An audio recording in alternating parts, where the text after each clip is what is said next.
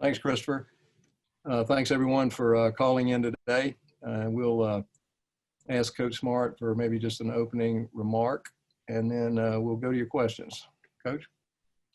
Yeah, I'd open probably first with a big thanks to Greg Garrity and the service he's provided to the University of Georgia as athletic director. He's been a tremendous support to me, to our staff, to our program. He and his wife, Cheryl, have embraced Mary Beth and our family from day one we got here. He's been very supportive. He's been awesome with the different projects we've wanted to create and do. He's been very supportive of that. He's been somebody that I can rely on to help. And I appreciate Greg's friendship. And I'm happy for the next chapter in he and Cheryl's life. And they've been wonderful to the Smarts and to the University of Georgia. So I appreciate him. That's very important to me. And with that, we'll open it up. We just finished up practice. So like usual, just finished up our Wednesday session. Okay, we'll go to questions. Let's start out. Let's go to Mike Griffith and then Anthony Dasher. Yeah, Kirby, I had a kind of a philosophical question. Take what they give you versus do what you want. How do you balance taking what they give you versus dictating what you want to do and getting the ball to the players you want? It seems like it's kind of a yin-yang kind of question. Yeah, I don't even really know how to answer that question. I mean, I don't balance that. I think you take what they give you and you do what you want. If they don't allow you to do what you want, then you take what they give. There's been games they give you 5-yard out and you're not able to take it. You can't throw it, complete it. So, I mean, it goes back and forth. There's something to be said for both of those comments. I mean, do what you want to do. Well, what do you want to do? I want to score points. Do you care how? No, I don't really care how. I mean, as long as we can run the ball, control the line of scrimmage, not turn it over, throw the ball downfield, I'm very pleased with all those things. I do think that being explosive is much more important than being balanced. And explosive can be done a lot of different ways. I can give you an example of 5 different offenses in college football that do it different ways, and they do it and they score points. So the be-all and end-all there is, are you scoring points? Hey, Coach.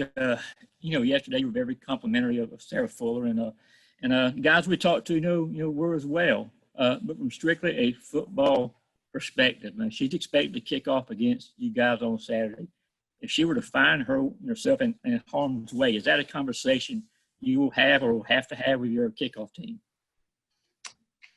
Probably not typically. I mean, I've never had to have that conversation before. I'm not going to change and have the conversation now, but we don't account for the kicker in our returns. I mean, I don't think anybody in the country accounts for the kicker. I mean, you assume that if you get to the kicker, you did a pretty good job in the return game. And so we don't plan on having a conversation about it. And I mean, she plays a very physical sport, to be honest with you. I mean, I've seen some pretty brutal collisions without a helmet and without gear on.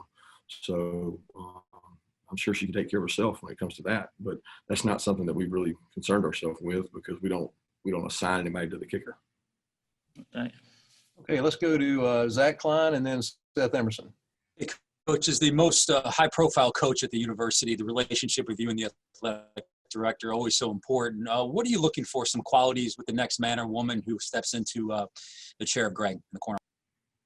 Well, first and foremost, I think that everybody should know that I have complete confidence in President Moorhead. He's got a great relationship with myself, and we talk about these things a lot of times. He's appointed a wonderful group of an advisory committee that he'll meet, consult with. They'll come up with some ideas, candidates, and they'll search it through. And I have complete trust and confidence in them, and also that I can communicate with freely with President Moorhead about it, and I know they'll make a good decision. So it's not something that I concern myself with or I'm worried about right now. I'm worried about playing Vanderbilt. Kirby, early signing period's come up. It's coming up in a couple of weeks. Do you feel like you guys have gotten a better feel down the stretch here for what you need to do recruiting-wise to environment and knowing you can't have kids on campus, you couldn't do the face-to-face. Do you guys feel like you've kind of gotten in a groove and figured things out? I wouldn't say that. I mean, it's just weird. I mean, I feel like we know who we're going to sign up to 90% or something of our spots. So like that's a given, and you don't like have that concern of, oh no, he's got 2 more trips left. Oh no, he's got to go. We got to survive him visiting here and here. So that's not there. But you're still concerned because they can have conversations and change their minds up until signing date. I think my concern would be more just like it is in the past, when I don't know what are the most valuable spots we need, because a lot of that is based on juniors and decisions they have. And it's so hard to predict your roster for next year and your needs, not knowing who's going to be here and who's not, you know? So it's that's the hardest thing for me, is figuring out where the pieces of the puzzle come from in terms of who you sign. Let's go to Chip Towers and then Mark Weiser. Yeah, Kirby, how you doing? Actually, that was something I wanted to ask you about. Have you gotten any more clarity about the blanket waiver for seniors? That we were talking to D-Rob yesterday, and he said, yeah, he's going to go out on senior day, but he doesn't know what he's going to do on the other side of it. And as you alluded to, I mean, I'm sure it puts you in quite a pickle. They haven't expanded the 85 or anything else, right? No, they're not counting. They're not going to count seniors. So if a senior chooses to come back, it's not going to count against your 85. It's going to be a bonus there, as I understand it. But I'll be honest with you, that's so far, like, that's not fair to those kids. And I know y'all got to ask the questions, and that's your job, but it's really not fair because they haven't finished their season, and they don't need to make that decision right now. That decision is based on family, graduation, performance, NFL evaluation. So when y'all are asking those kids those questions, it's bad. You know, it's just not good for them to have to answer that. They need to be focused on Vanderbilt and playing good. And when their mind goes to the other, it's not great for them. Now, in their own free time, sure, they can think about it all they want, but they've got to focus on playing Vanderbilt, playing Missouri, hopefully playing a bowl game, avoiding COVID.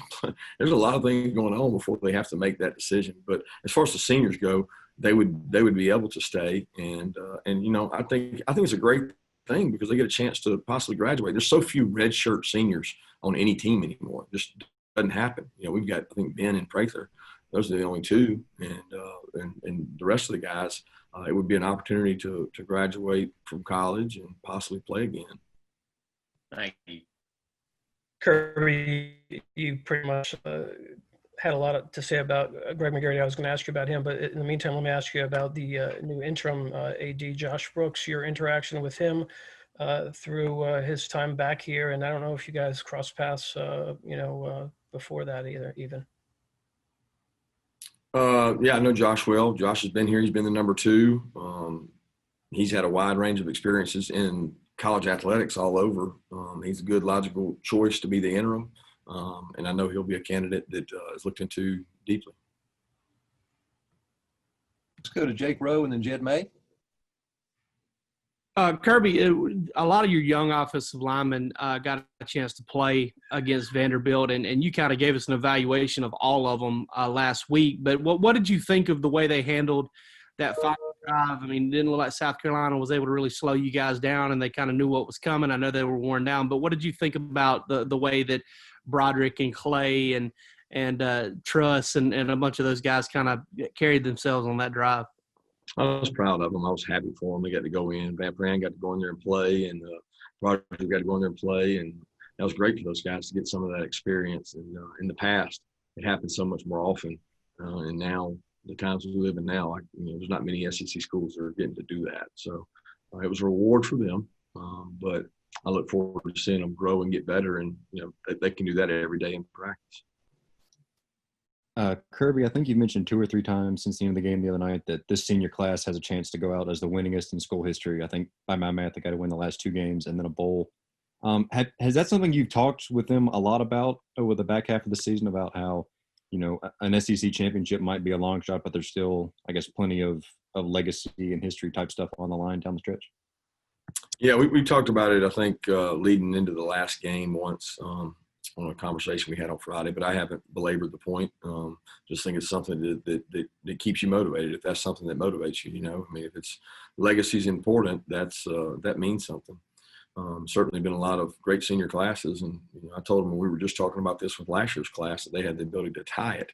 And if this year had been a more traditional year with the extra games, this group probably could have shattered it. They could have beat it in by 2 or 3. But with only the 10 games and the possibility of a bowl game, they've got to win out to put themselves in that position. And I know that it matters to a lot of them.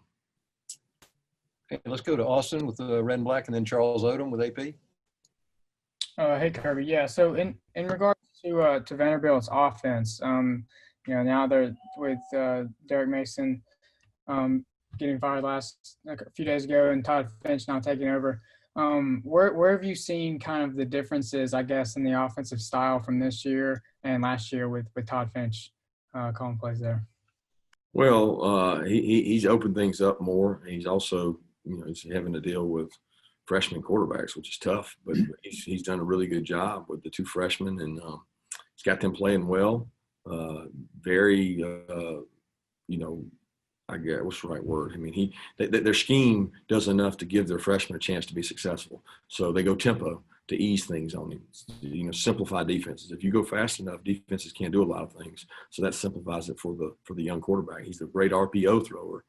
They do a really good job up front of getting a hat on a hat and getting the numbers game right for them. And the quarterback's a good athlete. Both those kids are pretty good athletes, and they're able to make plays with their feet. They can hurt people. So he does a good job changing it up, mixing it up, and he opens things up to allow his guys to make some plays. So I've been very impressed with what they've done this year. Just a quick follow on the early signing period. When you said that it's tough because you don't know who's going to be back, were you referring to those seniors that have decisions to make, or were you referring to something else? I'm referring to juniors. The seniors are going to get an opportunity to come back and would not count against your 85 is what has been suggested and what I think is going to be in play. I don't know that 100%, but that's what I've been told. So the seniors are not of concern. The juniors are always of concern, but that's no different than any year we've ever been here, that your juniors are not declaring in or out prior to your signing class being formed. And the unique thing is more and more kids are signing in December every year. And this year, more than ever, because there's nothing to wait for. There's not going to be visits in January. A higher percentage of kids will sign in December. Therefore, you're filling holes that you don't know if you have yet. Thanks. Okay, let's go to Connor Riley and then Matt DeBerry. Hey, Kirby, just an injury update on Richard, Jordan Davis, and Kendall Milton. And then Arian Smith caught his first touchdown on Saturday. What have you seen from him, and what do you like about his potential? Arian's got a lot of work to do, guys. Look, y'all will be the best in the world at putting him out there because he caught a touchdown pass. But he has to grow and get better. He doesn't know our complete offense. He doesn't know our route tree. He's getting better. He doesn't know who to block on a run play. I mean, he's got to get better, and he will. He works really hard. It means so much to him. And I was so proud that he got an opportunity to jump out there and go play and make some plays because he's talented. And we want to find a way to get him on the field and get him the ball. As far as the other guys, Jordan's been able to do more and more each day. He's got the pads on out there. He's getting closer. Richard's in meetings, doing walkthroughs. He's got pads on now. He has not taken any live reps or anything, but he's getting closer. Kendall Milton's hitting high speeds, running straight ahead. He's working individual drills. He's getting in some drills and things, but he's not cleared yet, and I don't know if he'll be cleared for this weekend. I'm good, guys. Thank you. All right, we've got just a few more minutes. Let's just open up for 2 or 3 more questions. Anyone? Hey, Kirby, what's the transgression or the progression been for Dejon Edwards over the past couple of weeks since Milton's been injured? It's been great. I mean, it hadn't been much different than before. I would say that you got to see him the other night more, and I thought he did a really good job running it. He's a great one-cut runner. He never takes a direct hit. He's able to get yards after contact because the center of gravity is really low. But I wouldn't say he's progressed more or less because of Kendall being out. He just got more opportunity the other night with Kendall being out because he gets Dale does a good job getting those guys opportunities in practice.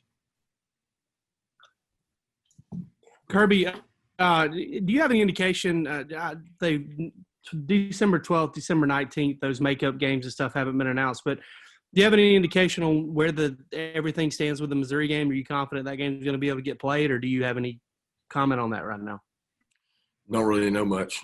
I mean, I certainly hope. I'm hoping for the 12th, but I think they possibly have 2 makeup games. So I don't know where it's going to end up happening. I know that we're supposed to find that out soon as these games this week get confirmed and people don't have issues. So we're hopeful to find out soon, but I don't know much.